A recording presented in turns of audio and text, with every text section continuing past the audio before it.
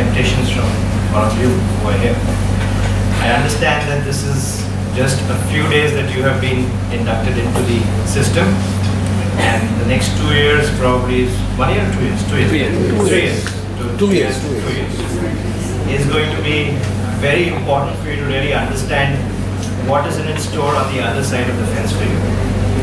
You are right now sitting in a very cozy little arena where you will be going through different sections of what is expected to do outside.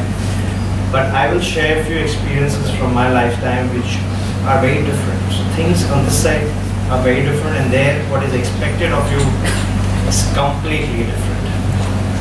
Your books will come handy for your examinations here, but what's going to be even more handier for you when you go on the other side, different aspects, what are the implications of and the inferences of what you draw from what you learn. So I'm not going to give you too much of Gyan, because you all expect that speakers have come and will give Gyan of some form or the other. I will not give you too much of Gyan. I will give you a few snippets of what I have learned, what questions I have learned to ask over the last 17 years. I was just like what you are, and I can, just go back probably 18 years and think that I was also sitting somewhere on that side, listening to a few industry veterans just the way you are. I'm not one, they are. I'm still learning.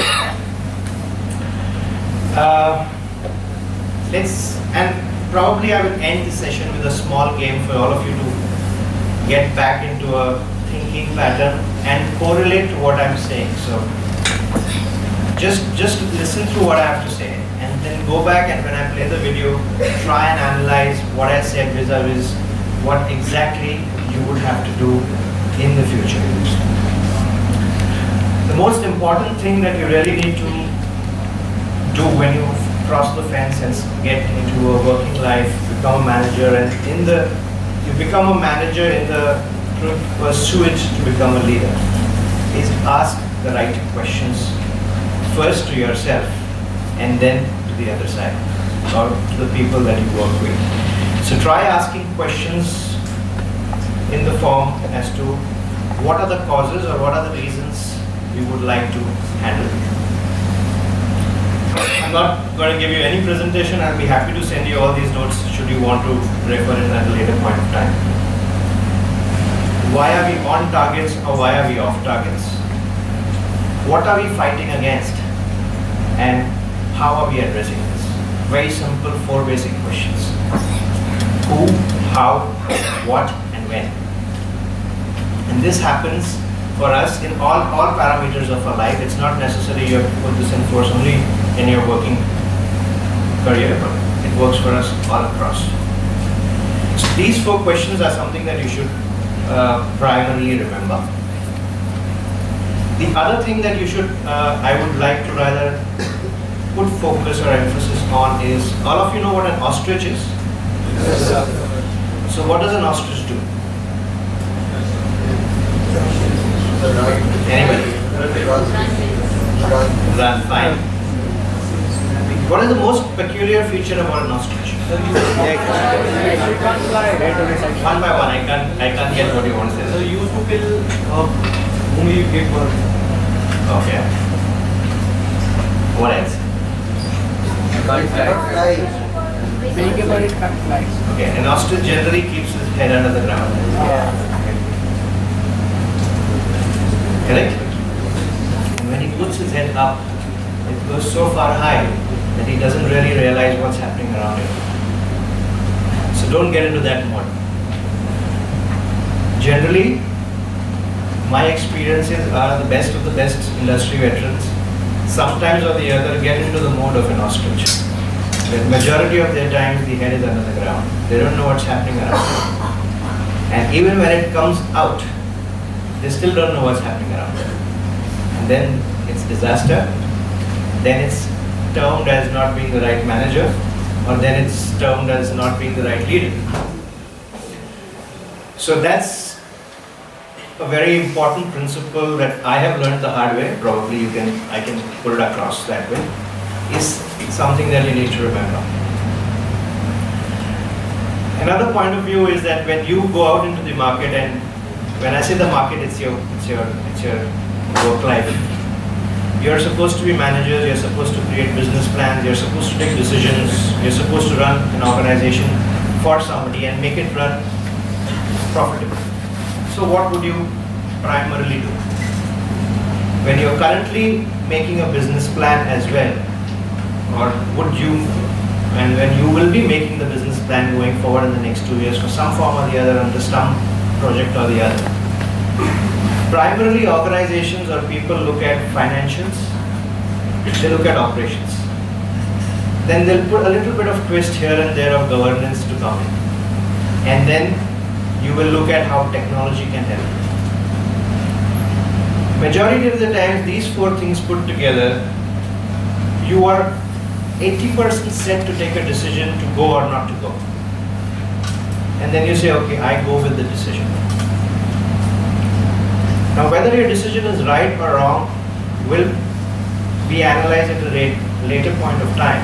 And then as managements, or rather now as managements, what we do is we have two kinds of ways that we analyze what we have discussed or what we have calculated as a business call. Is right or wrong is primarily two ways. One is we have a perception, and we have an undercurrent news that keeps coming to us from our peers, our industry people, that this is how you're doing. Well, I've got you doing okay. Things are fine, things are in control. Don't worry about it, it's all taken care of. These are standard answers that you get. But as management, you need this to be substantiated. So what do? You generally call in for audits. You recruit somebody who's a consultant, you recruit somebody who's an outsider, and you come and tell him, go back and check, how are we doing? What are you trying to bridge here? You're trying to bridge a gap between the reality and the perception. Now as leaders, it's very important for you to understand that there is a gap that exists, irrespective of what you think. And that gap between the reality and the perception is what you bridge will make you successful or not successful in your individual careers. And not to forget that when we actually take these four parameters, which is financials, operations, a little bit of governance and technology, we primarily forget 2 to 3 other parameters that can considerably block you.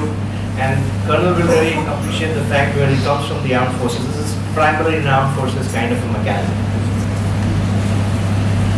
You don't take care of the processes, you don't take care of physical risk, and if you don't take care of your people, you can be rest assured that these 4 blocks that you actually put in front of any management are going to lie flat.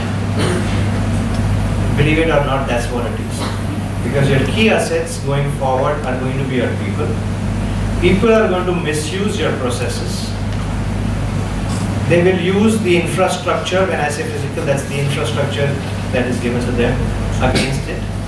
Technology today is on a rampant growth, and I will talk about technology in my next session, next topic. Use technology to break into governance, and there will be a financial and operational loss that under no business plan of yours you would have factored in for. And that's even true today, because I do keep talking to a lot of CFOs and I ask them, do you factor that in? And they say no. This will have a direct impact on your financials because it will have competitive and brand reputational loss. You will spend a lot of money under legal facilitations, and you will not know where your bottom line has got hit. And at the end of the day, whatever is the top line, the bottom line is that is what is important. So remember that these pillars are going to be very important, and that's why do not follow the ostrich principle to run fast and to take care of things, but do not follow these 2 parameters of his, which can actually be quite detrimental. Another theory that one can talk about is, you all have seen Icebergs, you've all seen Titanic. Yes, sir. What went wrong there? The captain's perception that there's nothing below there. It's just a small piece of ice. And that's what we do in our lives today as well. So we generally try and cater it only for what we see are probable areas or reasons why we need to address something. but there's a huge crater below which is actually waiting to burst out, and when it does, you'll have no control to manage those things that come by. So remember that whenever you have to take a decision, remember the 4 things: why, what, how, and when, and then try and see whether I've addressed everything, whether I'm still looking at only the tip of the iceberg, or I've actually gone deep down and understood what needs to have happened there. Point number 3 is technology. Technology is obviously, as you know, growing rapidly. India is probably the 3rd largest company using internet services in the world today. So there's somewhere, we are among the top 3, otherwise we are pretty much bad. But the minute you look at the technology settings as well as the frauds that are happening because of the technology, it's another issue altogether. I don't want to get into that topic at all. Generally, for anything to happen or any misappropriation or anything to happen, there are 3 parameters. It's your motivation, it's the opportunity that lies, and it's the rationalization. With these 3 things, you can either use it into your business sense to grow the business, or you can use these 3 parameters even to degrow the business. So there are people out in the market who are trying to use these 3 to try and see how they can get personal benefit out of it or derive benefit for the organization out of it. So there are 2 ways. But this concept has now changed. From this 3-dimensional thing of a triangle, now it has moved into a 4th dimensional called as capability. Capability is far higher in our country, in China and a few other countries. And this can actually create, either things can go very good for us, or they can actually, if used in the wrong side of things, can be detrimental as well. So focus on that area of your capability to try and see how your motivation, how your opportunity, and how the rationalization of what you want to do could help you to take the right decision for the organization. And I fully agree with him. At the end of the day, you need to know what is best for your organizations. Alright, so these are 3 parameters that I wanted to talk about. I can go on and on what you should do, what you should not do, but I would leave it for you to understand and learn it from your own experiences. But you will learn it better, and you will not make the mistakes most of us or most commonly are made if you follow these 3 or 4 areas that I have mentioned. And specifically when you make the business plan, don't look at only the 3 or the 4 areas, but also look at how you're going to use your people, what kind of processes you'll follow, and how it will overall impact into an organization. Alright, so I'm going to leave you all. It's almost time for me to end. 25 minutes are up. I'll leave you all with one last game to play. Alright, it's a small game. Now this is going to be a test, or rather it's going to be not a test, but it's going to be a kind of mind intriguing thing for you. I'm going to give you one instruction. I will repeat it twice, but I will play the video only once. It's a game which I will play a snippet for 60 seconds. It's a game that is going to be played between 2 teams, Team A and Team B, or I may say Team Black and Team White. For people who've seen this earlier in some form or the other, please keep it to yourself. I know you will be excited to say I know about it, but for the benefits of the others, just lie low for this time being. I want you to count the number of passes a white team member makes to a white team member.